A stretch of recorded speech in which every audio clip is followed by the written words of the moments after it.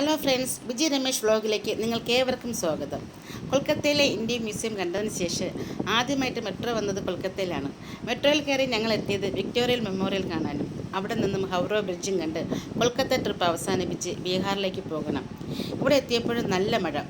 അപ്പോൾ നമുക്ക് എങ്ങനെ വീഡിയോയിലേക്ക് പോകാമല്ലോ. കമോൺ. മെട്രോ കയറാനുള്ള തത്രപ്പാച്ചിലാണ്. നല്ല തിരക്കാണ് ഇവിടെ വന്നപ്പം. ടിക്കറ്റൊക്കെ എടുത്തു. അങ്ങനെ ഞങ്ങൾ നിൽക്കുമായിരുന്നു. അപ്പോഴത് അടിപൊളിയായിട്ട് മെട്രോ സ്റ്റേഷനിൽ നിന്നും ഞങ്ങൾ മെട്രോയിലേക്ക് കയറാൻ പോവുകയാണ്. ട്രെയിൻ വന്ന് നല്ല തിരക്കാണ്.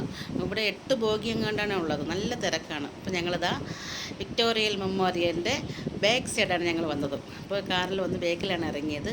കുറേ നടക്കാനുണ്ട്. നടന്ന് ഞങ്ങളത് ആസ്വദിച്ചുകൊണ്ട് ഇതിൻ്റെ ഫ്രണ്ടിലേക്ക് എത്തുവാണ്.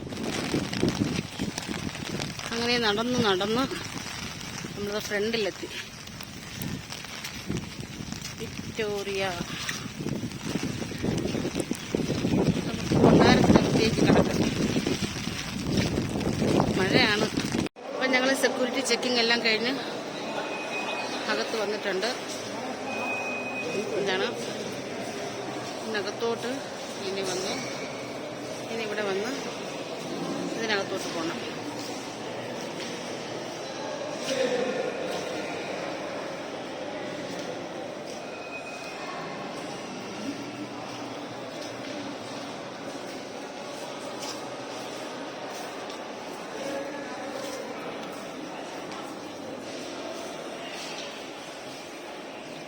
ഒന്നും ആരോടെ വന്നിട്ട് കാര്യമില്ല. അപ്പോൾ അത് കാരണം നമ്മൾ ഇവിടെ ഗൈഡിനെ സംഘടിച്ചു.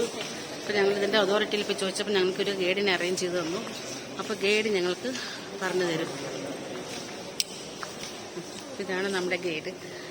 അപ്പോൾ നമുക്ക് പറഞ്ഞു തരും. ഇതിന് ഒറിജിനൽ മുംബൈ ബസ്.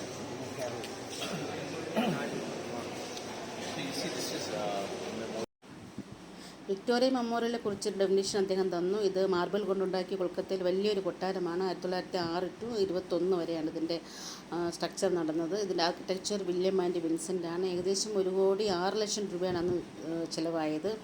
മുഗൾ വാസ്തുവിദ്യ രീതിയിലാണ് നിർമ്മിച്ചിരിക്കുന്നത്. സ്വാതന്ത്ര്യത്തിന് മുൻപേ ചരിത്രത്തിൽ ഇടം നേടിയതാണ് വിക്ടോറിയ മെമ്മോറിയൽ.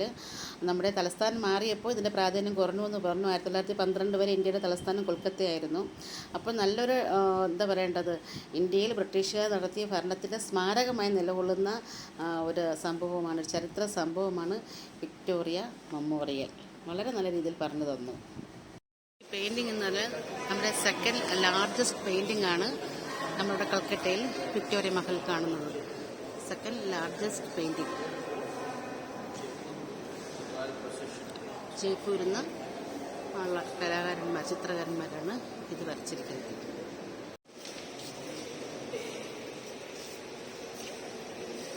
ഒറ്റ ഫ്രെയിമിൽ ഇത് ചെയ്തിരിക്കുന്ന ഇതാണ്. അപ്പം നമുക്ക് ഫസ്റ്റ് എന്ന് പറയുമ്പോൾ ഒന്നാമത്തത് ഇറ്റലിയിലാണ്, ഇത് സെക്കൻഡാണ്.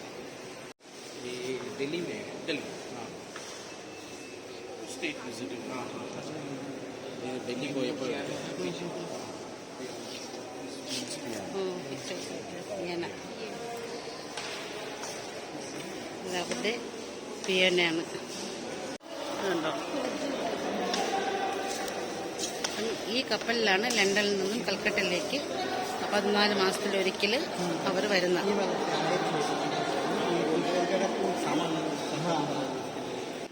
ഈ ചിത്രം എന്തിനാ സൂചിപ്പിക്കുന്നതെന്ന് പറഞ്ഞാൽ, നമ്മുടെ ഇന്ത്യയിൽ ആദ്യമായിട്ട് ഇംഗ്ലീഷ് മീഡിയം സ്കൂൾ വരുന്നത് കൊൽക്കത്തയിലാണ്. അപ്പോൾ അതിൻ്റെ ഡിസ്കഷൻസ് കാര്യങ്ങളൊക്കെ നടന്നത് അതിൻ്റെ ഒരു ആസ്പദമാക്കിയിട്ടുള്ള ഒരു ചിത്രമാണ് ഇവിടെ വരച്ചിരിക്കുന്നത്. വളരെ നല്ലതായിരുന്നു. നല്ല ഒരു എന്താ പറയണ്ടല്ലേ, അന്നത്തെ കാലത്ത് യുദ്ധം നടക്കുന്ന സമയത്ത് യുദ്ധത്തിന് കൊണ്ടുപോകുന്നത് അതിൻ്റെ സിമ്പിളാണ്. ഇങ്ങനെയാണ് ആൾക്കാരെ യുദ്ധത്തിന് കൊണ്ടുപോകുന്നത്. അതിനെ കുറിച്ചിട്ടാണ് ചിത്രമുണ്ട്.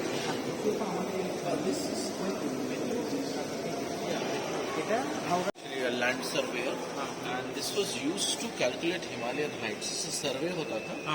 So land was surveyed, and this was used by Lord Everest. So when the Himalayan height was scaled, the peak was scaled, so his name was given. Now we have Mount Everest. In the World War I, introduced to the British soldiers, Indian soldiers in 1850s. This led to Sepoy mutiny.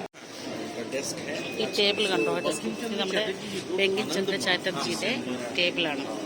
ये लिया हुआ है. वंदे मातरम लिया हुआ है. So he probably decided this to write. നമ്മളെ വന്ദേ മാതരം എഴുതിയിരിക്കുന്നത് ഈ ടേബിൾ ഇരുന്നിട്ടാണ് വന്ദേ മാതരം എഴുതിയത്. ബോലോ ഭാരത് മാതാ കി വന്ദേ മാതരം. അദ്ദേഹം ലണ്ടനിലാണ് നമ്മൾ സിവിൽ സർവീസ് എടുത്തിരിക്കുന്നത്. അത് കണ്ട സർട്ടിഫിക്കറ്റ് മാർക്ക്ഷീറ്റാണ്. 4ാമത്തെ സ്ഥാനമാണ് നേതാജിക്ക് ലഭിച്ചിരിക്കുന്നത്. അപ്പോൾ അതിൻ്റെ പത്രവാർത്തകളും കാര്യങ്ങളുമാണ് ഇതിനകത്ത് കാണുന്നത്.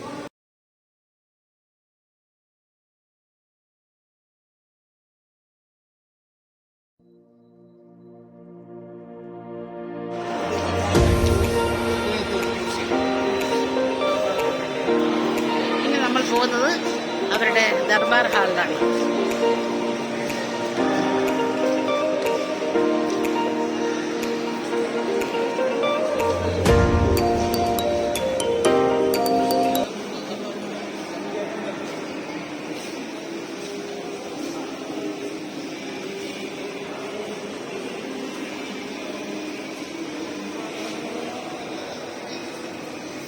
ഇവിടെ ഓരോ സദസ്സിൽ ഓരോ കാര്യങ്ങൾ അവതരിപ്പിക്കുമ്പോൾ ഇവിടുത്തെ സ്ത്രീകൾ അന്തപുരത്തിലുള്ള ആൾക്കാരൊക്കെ നിൽക്കുന്നത് ഇത് കണ്ടോ, അവിടെ നിന്നിട്ടാണ്. ആദ്യമായിട്ട് ട്രെയിൻ ഉപയോഗിച്ചിട്ടാണ് ഈ വിക്ടോറിയൻ ഫുൾ ചെയ്തിരിക്കുന്നത്. ഫസ്റ്റ് ഇത് എങ്ങനെ തുടങ്ങി നോക്കണം ഇതിന്റെ construction. common people also put money. Then lot of जो राजा उजा होता था ना, तो they also used to chip in money and all, and then this was built cost of 1 crore.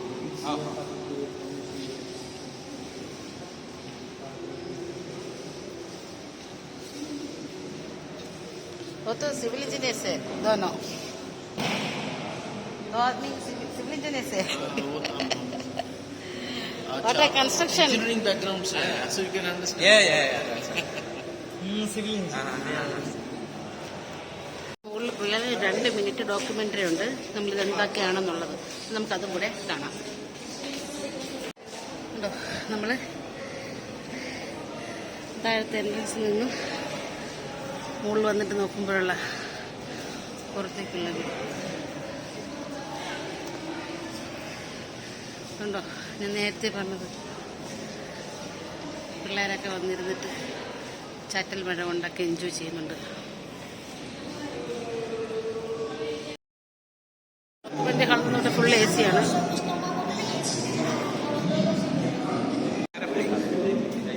ഇതല്ല നമ്മുടെ ആദ്യത്തെ നാഷണൽ ഫ്ലാഗ് ഇങ്ങനത്തെ ഇതായിരുന്നു. പിന്നെ അവിടെ നിന്ന് രൂപകൽപ്പന ചെയ്തു ഇത്തരത്തിലാക്കി.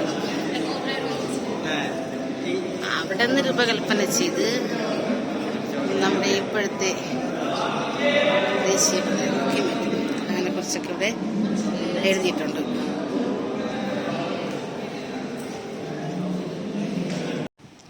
അങ്ങനെ ഞങ്ങൾക്ക് വളരെ നല്ല രീതിയിൽ തന്നെ ഗൈഡ് കാര്യങ്ങളൊക്കെ പറഞ്ഞു തന്നു. കുറേ ഫോട്ടോസും കാര്യങ്ങളൊക്കെ എടുത്തു. ഓരോ സ്ഥലത്ത് വന്ന് ഇന്ത്യയുടെ ചരിത്രങ്ങൾ പഠിക്കുവാൻ കഴിഞ്ഞാൽ വളരെ സന്തോഷം തോന്നി. ബ്രിട്ടീഷ് കാലഘട്ടത്തിൽ നിർമ്മിച്ചിരിക്കുന്ന കെട്ടിടങ്ങൾ, സ്കൂളുകളായാലും ഇതുപോലെ കെട്ടിടങ്ങളൊക്കെ ആയാലും അതിന് പറയാതിരിക്കാൻ പറ്റില്ല. ഇന്ന് എത്ര കോടി വില മതിച്ചാൽ ഇത് ആകും. അടുത്ത് ഞങ്ങൾ പോകുന്നത് ഹൗറ ബ്രിഡ്ജ് കാണാനാണ്. അങ്ങനെ ഞങ്ങൾ ഇവിടെ ഹൗറ ബ്രിഡ്ജ് കാണുവാൻ വേണ്ടി വന്നു. എന്താ പറയണ്ടേ, ഗംഗാ നദി. അതെ, അപ്പോൾ അങ്ങോട്ട് കാണുന്നത് ഹൂഗ്ലി നദിയിലുള്ള ബ്രിഡ്ജാണ്. പക്ഷേ ഞങ്ങൾ ഇന്ന് കാണുന്നത് ഹൗറ ബ്രിഡ്ജ് കാണുവാൻ പോകാനാണ്. അപ്പം വലത്തോട്ട് ഹൗറ ബ്രിഡ്ജും ഇടത്തോട്ട് ഹൂഗ്ലി ബ്രിഡ്ജും. അപ്പം അത് ആൾക്കാരൊക്കെ ബോട്ടിന് വേണ്ടി വെയിറ്റ് ചെയ്യുകയാണ്. അപ്പോൾ ഇനി നമുക്ക് ഈ കാഴ്ചകളിലേക്ക് പോകാം. വിജി രമേശ് വ്ളോഗ് കാണുന്ന എല്ലാവരും ചാനൽ സബ്സ്ക്രൈബും ലൈക്കും ഷെയറും ചെയ്യാൻ മറക്കല്ലേ. നിങ്ങളുടെ വിലയേറിയ നിർദ്ദേശങ്ങൾ കമൻറ്റ് ബോക്സിൽ രേഖപ്പെടുത്തുകയും വേണം.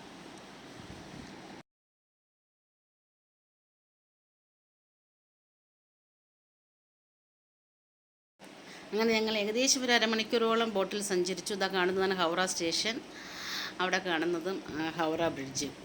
എന്ത് മനോഹരമായ കാഴ്ചകൾ തന്നെയാണ്. ഓരോ സ്ഥലത്തു നിന്നും ആൾക്കാർ കാണുവാൻ വേണ്ടി വരുന്നു, അവരുടെ സന്തോഷങ്ങൾ പങ്കിടുന്നു. നമുക്ക് ലൈഫിൽ കിട്ടുന്ന സമയത്ത് ഇന്ത്യയിൽ തന്നെ ഒട്ടേറെ സ്ഥലങ്ങൾ കാണുവാനുണ്ട്. അപ്പം നമ്മൾ അതൊക്കെ ഒന്ന് മാക്സിമം, എനിക്കതാണ് ആഗ്രഹം, ഇന്ത്യയിൽ ഉള്ള സ്ഥലങ്ങൾ മാക്സിമം കാണുക, എൻജോയ് ചെയ്യുക. അപ്പോൾ ഹൗറ ബ്രിഡ്ജ് കണ്ടു. പിന്നെ ഞങ്ങൾ ഇനി ഇവിടെ നിന്ന് തീർച്ചയായിട്ടും വൈൻഡപ്പ് ചെയ്യാൻ സമയമായി. ഞങ്ങൾക്ക് നല്ല ക്ഷീണവുമുണ്ട്. ഗംഗാ നദി, അപ്പോൾ പവിത്രമായ ഗംഗാ നദിയിലൂടെ ബോട്ടിലൂടെ യാത്ര ചെയ്യാൻ കഴിഞ്ഞതിനും ഞാൻ ദൈവത്തിന് നന്ദി പറഞ്ഞു. കാരണം ഓരോരോ പ്രത്യേകതയുള്ള സ്ഥലത്തിൽ വരുവാൻ കഴിയുന്നത് തന്നെ ഏറ്റവും വലിയൊരു ഭാഗ്യമായിട്ട് ഞാൻ കരുതുന്നു. അങ്ങനെ ഇവിടെ ബോട്ട് ഞങ്ങൾ ടിക്കറ്റ് എടുത്ത സ്റ്റേഷനിലേക്ക് എത്തുകയാണ്. ഇനി ആൾക്കാരെല്ലാം ഇറങ്ങാനുള്ള ഒരു തത്രപ്പാടാണ്. ഇതെല്ലാം ജോലിക്ക് വന്ന ആൾക്കാർ, ഇവിടുത്തെ ലോക്കൽസ് ആൾക്കാരുമുണ്ട്, അപ്പം കാണുവാൻ വന്ന ആൾക്കാരുമുണ്ട്. അപ്പോൾ എന്തായാലും ഞങ്ങളിത് ഇവിടെ നിന്ന് ബോട്ടിൽ നിന്നും പടിയിറങ്ങുന്നു.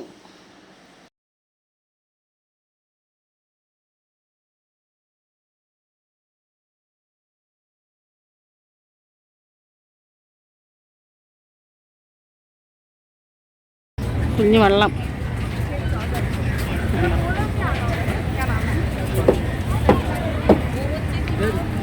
അങ്ങനെ നമ്മുടെ മനോഹരമായ ഹൗറ ബ്രിഡ്ജും കണ്ട് അങ്ങനെ ഇന്നത്തെ വ്ളോഗ് ഇവിടെ നിർത്തുകയാണ്. വീഡിയോ കണ്ട എല്ലാവർക്കും വളരെ നന്ദി. വീഡിയോ ലൈക്കും ഷെയറും സബ്സ്ക്രൈബും ചെയ്യുക. അടുത്ത വീഡിയോയിൽ കാണുന്നവരെ ബൈ ബൈ.